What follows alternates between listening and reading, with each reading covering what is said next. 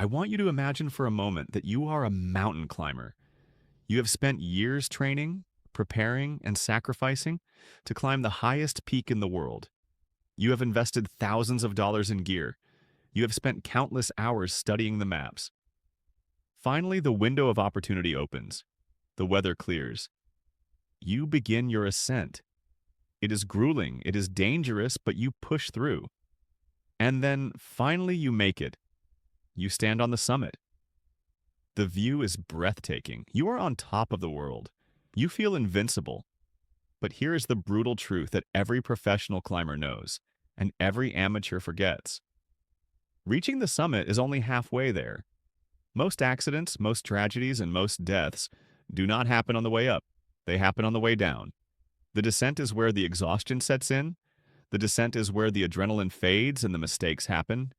The descent is where gravity, which was your enemy on the way up, becomes a deadly trap on the way down. Investing in silver during a historic bull run is exactly like climbing that mountain. We have spent years, maybe decades, in the accumulation phase. We have been climbing the mountain of stacking.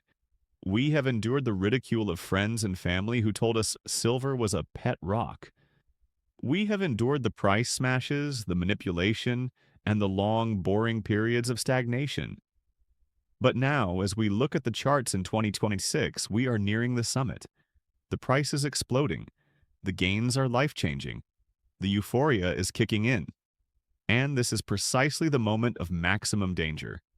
Because if you do not have a plan for the descent, if you do not have a strategy to get off the mountain with your wealth intact, you will die on the slopes. You will ride the price all the way up, and you will ride it all the way back down. This is called round tripping, and it is the financial equivalent of freezing to death just a few hundred feet from safety. Today, we are going to have a very serious, very deep conversation about the most difficult word in the stacker's vocabulary: selling. I am going to lay out my personal exit strategy for 2026. This is not a strategy based on panic. It is not a strategy based on guessing. It is a strategy based on mathematics, history, and the cold, hard reality of market cycles. I am going to explain why I am planning to sell, when I am planning to sell, and most importantly, what I am going to buy with the proceeds. Because if you sell silver for fiat currency and just sit in cash, you are jumping out of the frying pan and into the fire. We are going to deconstruct the gold to silver ratio and why it is the only compass you can trust in a currency crisis. We are going to separate the paper trade from the physical insurance. And we are going to talk about the psychology of the exit, because the biggest enemy you face right now is not the Federal Reserve. It is your own greed. You need to understand that an exit strategy is not a betrayal of the cause. Many people in the silver community treat stacking like a religion. They think that selling is a sin. They think that you hold until the system collapses and we are using silver dimes to buy bread in a Mad Max wasteland. If that is your plan, that is fine. That is insurance. But for the rest of us who are trying to build generational wealth, who are trying to pay off mortgages, who are trying to secure our freedom in the existing world, profit is the point. You cannot eat silver. You cannot live inside a silver bar. Silver is a vehicle. It is a time machine that transports your purchasing power from the past to the future. But eventually, the time machine arrives at its destination, and you have to get out. If you stay inside the machine forever, you never actually get to live the life you were saving for. The first pillar of my exit strategy is a fundamental rejection of the US dollar as a measuring stick. This is where 99% of investors get it wrong. They have a price target in their head.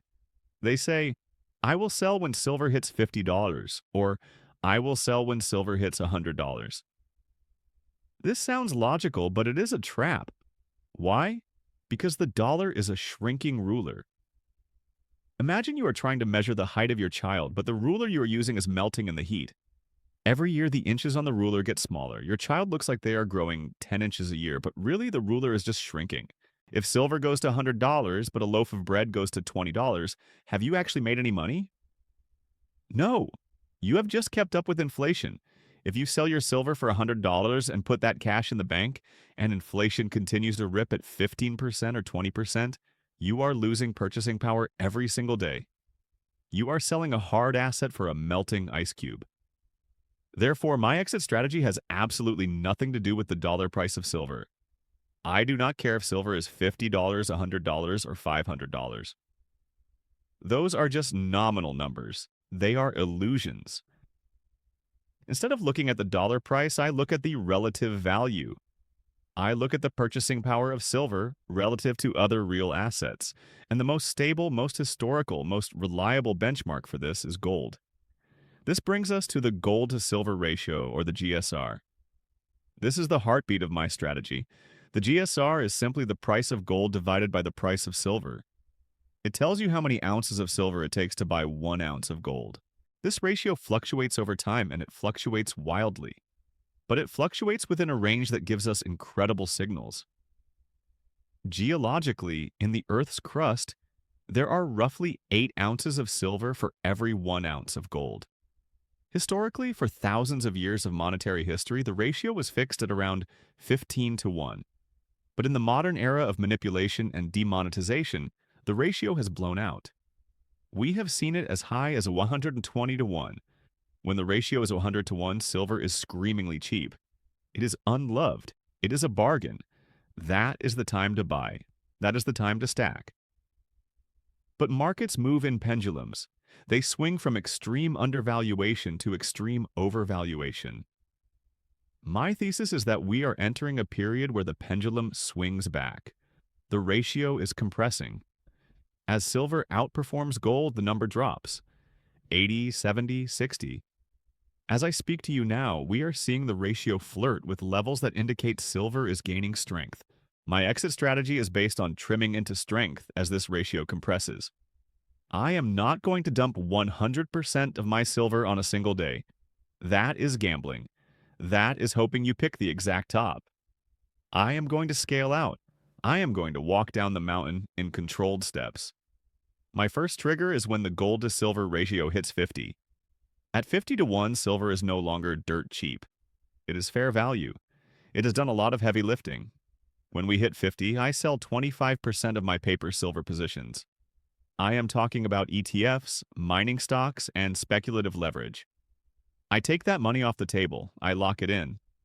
This changes my psychology.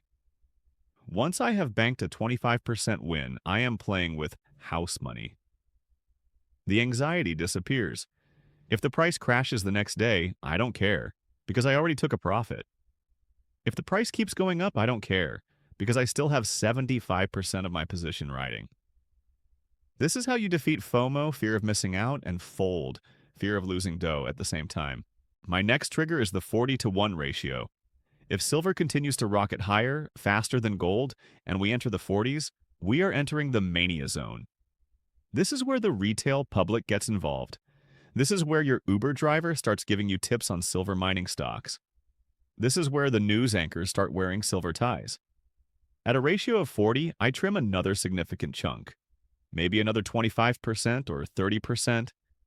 Now I am half out of my speculative position. I have secured a massive win. I am watching the mania from a position of safety. And if we get to a ratio of 30 to 1, that is historic territory. That is where silver becomes expensive relative to gold. At 30 to 1, I am effectively exiting the rest of my paper positions. I am wiping my hands clean of the casino. I have ridden the wave from the bottom to the crest, and I am stepping off onto the beach before the wave crashes into the rocks. Now, you will notice I keep saying paper silver. This is the second pillar of my strategy, the distinction between investment and insurance. I treat my stack as two completely separate buckets. Bucket A is my speculation bucket. This is the paper silver, the mining stocks, maybe some generic bullion that I bought specifically to flip. This bucket is for making money. This is the bucket I sell aggressively as the price rises. Bucket B is my core physical stack. This is my insurance. This is the metal I hold in my own possession. This is the metal I hope I never have to use. This bucket operates under a completely different set of rules. I am extremely hesitant to sell my core stack. Why? Because physical silver is difficult to replace. It has premiums, it has shipping costs, it has availability risk. If I sell my physical Eagles today at $50 and next week the system breaks and I can't buy them back at any price, I have lost my insurance policy right when I needed it most. My plan for the physical stack is to hold it until the very end of the cycle. I will only sell the physical if the valuation becomes so absurd, so disconnected from reality that I can swap it for a life-changing real asset. I am talking about swapping a tube of coins for a plot of land. I am talking about paying off a mortgage with a monster box. Unless I can make a direct swap for a tangible, productive asset that improves my family's life immediately, the physical stack stays in the safe. It is the last line of defense. The paper gets sold first. The physical gets sold last, if ever. This brings us to the most critical question. If you sell, where does the money go? This is where the concept of rotation comes in. I am not selling silver to buy dollars. I am selling silver to buy value. And if the gold to silver ratio is collapsing, it means silver is expensive and gold is relatively cheap. So, the most logical, safest, and most historically proven move is to rotate profits from silver into gold. Think about the alchemy of this. Let's say you bought 100 ounces of silver when the ratio was 100 to 1. You spent the equivalent of 1 ounce of gold to buy it. Now, the ratio drops to 50 to 1. You sell your 100 ounces of silver. You can now buy 2 ounces of gold. You have doubled your gold holding without putting a single extra dollar into the market. You simply played the ratio. You traded the volatile industrial metal for the stable, monetary metal. You moved from the speedboat to the battleship. Gold is less volatile than silver. It is the ultimate store of value. By rotating into gold, you are locking in your purchasing power in a much more stable vehicle. You are taking the winnings from the silver casino and putting them into the bank vault of gold. This is how the old money families stay rich. They don't gamble, they rotate. They move capital from overvalued assets to undervalued assets. When silver is manic, they sell silver and buy gold. When gold is manic, they might sell gold and buy land. They are always seeking the store of value that the herd is ignoring. But gold isn't the only option. I am also looking at other real assets. Productive farmland, rental real estate, if the numbers make sense, which is rare right now. Quality dividend-paying businesses that produce essential goods. The goal is to move from a non-yielding asset, silver, that has just appreciated massively, into a yielding asset, land, business, that will pay me an income for the rest of my life. This is how you turn a one-time windfall into generational wealth. You stop speculating on price and start investing in cash flow. Now, I want to address the psychological traps that are waiting for you in 2026. The biggest one is recency bias. When silver has been going up for 6 months straight, your brain will trick you into believing it will go up forever. You will start doing math in your head. If it goes up another $10, I can buy a Ferrari. If it goes up another $20, I can retire. This is the voice of greed. It is the siren song that lures sailors onto the rocks. You have to fight this voice with discipline. You have to write down your exit plan now while you are calm, while you are rational. Write down your numbers. At GSR 50, I sell 25%. Put it on a post-it note. Stick it to your computer monitor. Because when the moment comes, when the market is screaming, when your emotions are running high, you will not be able to think clearly. You will rationalize holding on. You will say, this time is different. You will say, I'll just wait for $5 more. And then the crash comes and you lose it all. The other trap is regret. There are 2 types of regret in investing. Type 1 is the regret of selling too early. You sell at $50 and it goes to $75. You feel like an idiot. You left money on the table. But type 2 is the regret of the round trip. You watch it go to $75, you don't sell, and then you watch it crash back to $30. You lost everything you gained. Let me tell you something from experience. Type 2 regret is infinitely worse. Type 1 regret, selling early, is a high-class problem. It means you made a profit, just not maximum profit. You can live with that. You can still buy a nice dinner with that profit. But type 2 regret, riding it all the way down, is soul-crushing. It destroys your confidence. It destroys your marriage. It keeps you up at night for years. My strategy is designed to eliminate type 2 regret. I am willing to accept some type 1 regret, selling early, in exchange for the certainty that I will never, ever round-trip my gains again. I am willing to leave the last 10% or 20% of the move for the next guy because the last 10% is the most dangerous money in the world. Let's talk about the scenario where I am wrong. What if I sell and silver goes to the moon and stays there? What if the ratio goes to 15 to 1 or 10 to 1? Well, remember, I scale out. Even at my final exit point, I still hold my physical core stack. If silver goes to infinity, my physical stack goes to infinity. I am never fully out of the game. I always have a seat at the table. This is the beauty of the hybrid strategy. I capture the paper profits to improve my life today, but I keep the physical insurance to protect my life tomorrow. And what if the price crashes after I sell? What if the ratio widens back out to 80 or 90? Then I do the reverse trade. I take the gold I bought or the cash I raised, and I buy back the silver. I repurchase my position at a lower price. I end up with more ounces than I started with. This is the cycle. You sell high, you buy low. It sounds simple, but nobody does it because they are ruled by emotion. They buy when it's high because it feels safe, and they sell when it's low because they are scared. You have to be a contrarian. You have to do the uncomfortable thing. Selling when everyone is celebrating is uncomfortable. Buying when everyone is crying is uncomfortable. But comfort is the enemy of profit. I want to expand on the macro environment of 2026 because it sets the stage for why this exit is necessary. We are likely looking at a world of high volatility. The debt crisis is not going away. The currency debasement is accelerating. In this environment, asset prices will whipsaw violently. We will see massive spikes followed by massive crashes. The buy and hold strategy works in a stable bull market, but in a volatile currency crisis, the trade the swing strategy is superior for the speculative portion of your portfolio. You have to be nimble.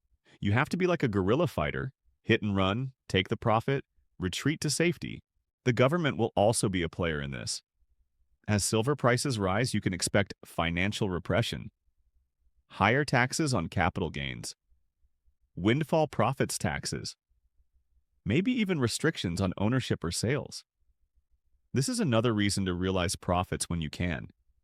If you have a massive paper gain, it is only a theoretical gain until you sell and pay the tax. If the government changes the rules tomorrow, your theoretical gain could vanish. Taking chips off the table reduces your regulatory risk. It turns a digital number into a realized reality. I also want to touch on the identity trap. This is deep.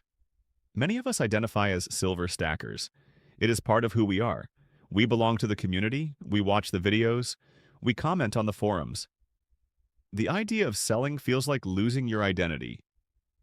If I sell my silver, am I still a stacker? Do I still belong? You have to get over this. You are not a stacker. You are an investor. You are a capitalist. You are a provider for your family. Your identity should be tied to your values and your goals, not to a specific metal. Do not marry your bags. The metal does not love you back. It is a lump of atoms. Use it for what it is, a tool to achieve freedom. If selling the tool gets you the freedom, then sell the tool. So let's summarize the plan for 2026. It is a plan of calm, calculated execution. Ignore the dollar price. Do not get hypnotized by $50 or $100. Those are mirages. Watch the ratio. The gold to silver ratio is your North Star. Trim at 50. Sell 25% of paper positions. Play with house money. Trim at 40.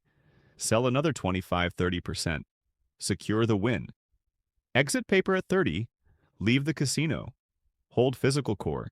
Keep the insurance until the system resets or you can swap for life-changing real assets. Rotate. Move profits into gold, land, or cash flow. Do not sit in melting fiat. Be willing to re-enter. If the ratio widens, buy back in. This strategy requires discipline. It requires you to act like a professional, not an amateur. It requires you to suppress your greed when everyone else is losing their minds. But if you can do this, if you can execute this plan while the world is in a mania, you will achieve something that very few people ever achieve. You will lock in generational wealth.